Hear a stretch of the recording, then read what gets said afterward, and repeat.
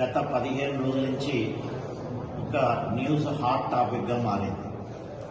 మన గీజ్గొండ మండలం ఏదైతే పర్కాల్ నియోజకవర్గంలోని మనుగొండ శివార్లో ఉన్నటువంటి గట్టు కింద పెళ్లిలో ఒక 3 వ్యక్తులు ఒక గోశాలను రాజరాజేశ్వరి సొసైటీ కింద ఏర్పాటు చేసి వేములవాడ రాజన్న గారికి ఏదైతే భక్తులు నమ్మకంతో హిందూ మత విశ్వాసాలతోని ధర్మాన్ని కాపాడడానికి కోడలను సమర్పించుకున్నారు.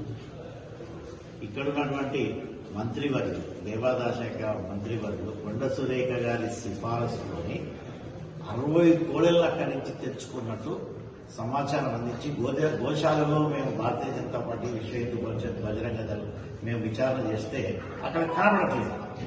ఏమైనా ఈ కోడలను చూస్తే ఆ కోడలను కబేరాలకు ఆ కోతకు పంపినట్టు మాకు సమాచారంతో కంప్లైంట్ ఇవ్వడం జరిగింది.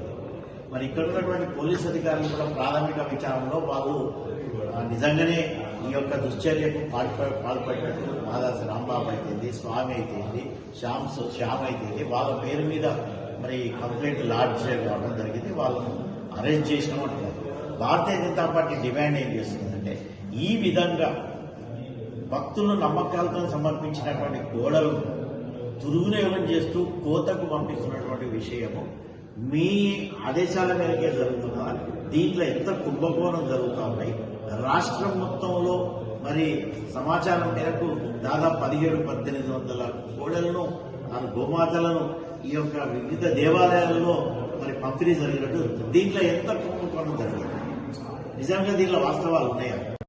భారతీయ జనతా పార్టీ డిమాండ్ చేస్తున్నది ఈ యొక్క పోలీసు విచారణ మీద మాకు పూర్తి నమ్మకం లేదు. జ్యుడిషియల్ ఎంక్వైరీ ఏర్పాటు చేయాలి. నిష్పక్షపాతమైనటువంటి ఎంక్వైరీ చేసేదంటే దాంట్లో రాష్ట్ర ప్రభుత్వ పాత్ర ఎంతున్నది, మంత్రి గారి పాత్ర ఎంతున్నది, ఇక్కడ నిజంగా బయటకు వచ్చిన 3 పేర్ల వెనకాల ఇంకెవరిన సూత్రధారులరా ఇవన్నీ బయటకు వస్తాయి. వారి అక్కడ ఈవో గారి యొక్క బాధ్యత ఎంత, మరి దేవాదాయ శాఖ కళ్ళు మూసుకున్నదా, ఇచ్చినప్పుడు మరి ఒక రైతుకు 2 కోడలు ఇవ్వాలి, మరి ఇవన్నీ 60 ఎట్లా ఇచ్చిండ్రు, ఒకదానిలో 84 ఇచ్చిందని ఒక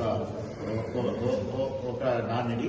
మరి ఇవన్నీ బయటికి రావాలంటే పూర్తి లెవెల్ విచారణ జరిగి ఎవరైతే దీంట్లో బాధ్యులున్నారో వాళ్ళ మీద చర్యలు తీసుకోవాలని భారతీయ జనతా పార్టీ డిమాండ్ చేస్తారు.